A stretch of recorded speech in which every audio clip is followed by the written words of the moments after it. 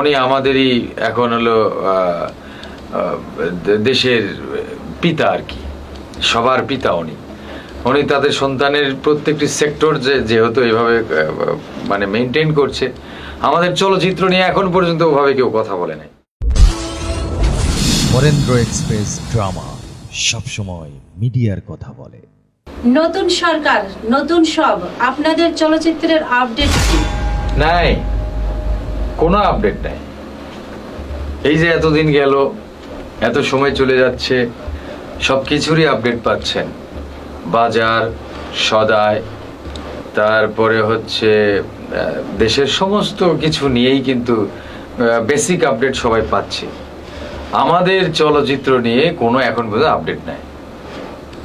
আর যেহেতু আমরা সবসময় একটা বিষয়ের উপর নজর দিয়ে থাকি, সেটা হচ্ছে যে সরকারের প্রধান যিনি হন, তারপর তথ্য মন্ত্রী বা তথ্য প্রতিমন্ত্রীর দিকে আমরা নজর দিয়ে থাকি।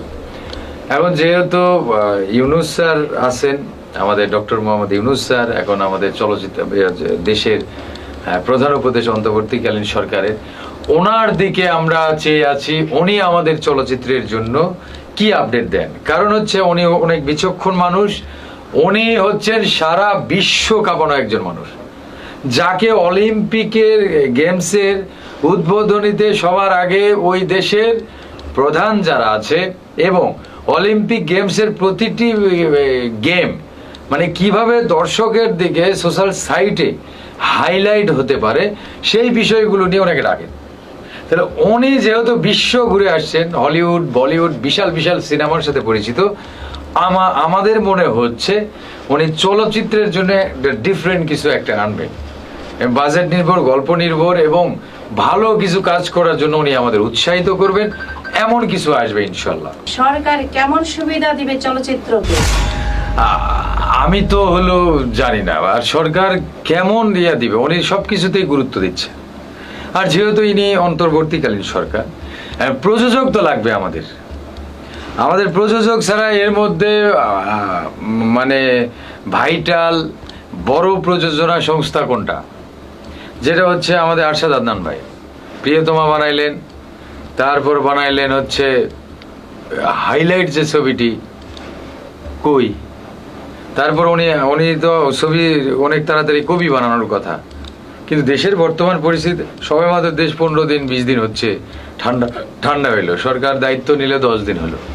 তো এই 10 দিনের মধ্যে যদি আমরা এত কিছু চাই তাহলে তো উনি দিতে পারবে না।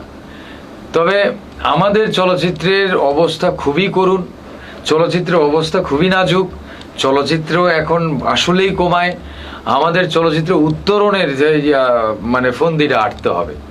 এর মধ্যে শিল্পী কলাকুশলীরা পলিটিক্যাল ইস্যুতে জড়িয়ে, অনেক শিল্পী এখন মানে সোশ্যাল সাইট বলেন, টিভি পত্রিকা বা সব সাইট থেকে একদম মুখ ফিরিয়ে নিয়েছেন, বা আত্মগোপনী বলেন বা পার্সোনালিটিতে চলে গেছেন। তো এখন তারাও কিন্তু, তাদেরও কিন্তু কোনো আওয়াজ নাই ওই রকম।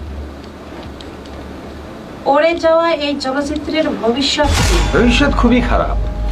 যদি সরকার চিন্তা না করে আমাদের চলচ্চিত্র নিয়ে, যদি প্রযোজক না আসে আমাদের সিনেমা নির্মাণ করতে, আর একটা সিনেমা নির্মাণ করতে কোটি কোটি টাকার দরকার হয়, প্রচুর টাকার দরকার হয়। এই টাকাগুলো নিয়ে আসেন হচ্ছে প্রযোজক, যে প্রযোজক কোটি কোটি টাকার মালিক, হাজার কোটি টাকার মালিক, 100 কোটি টাকার মালিক, তিনি আসতে হবে আমাদের চলচ্চিত্রে। এখন হলো ওই যে বলে না যে চাউল ব্যবসায়ী বা কাঁচামাল ব্যবসায়ী, উনি তো চলচ্চিত্রে আসলে উনি তো লাখ টাকার প্রজেক্ট নিয়ে আসবেন। তাইলে যে একমাত্র তুফান 2 ছাড়া হাইলাইট ছবি, তুফান 2 ছাড়া কোনো হাইলাইট মুভি এখন পর্যন্ত আপডেট নাই। আর তুফান 2 রেডি হচ্ছে একমাত্র হচ্ছে ঈদের জন্য, রোজার ঈদের জন্য, এছাড়া আর কোনো আপডেট নেই আমাদের কাছে। এই সরকার কি চলচ্চিত্র নিয়ে কিছুই ভাবছে না?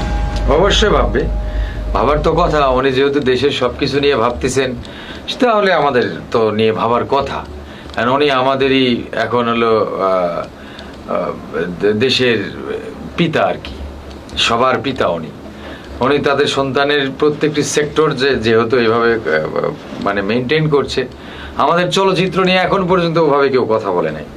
চলচ্চিত্র নিয়ে আমরা এখন পর্যন্ত কেউ সরকারের সরকারকে যে আমরা একটা কথা বলবো, এই বিষয়ের উপর কথা বলবো, চলচ্চিত্রের বিষয়ে কথা বলবো, এখন পর্যন্ত এরকম একটা টিম তৈরি হয় নাই।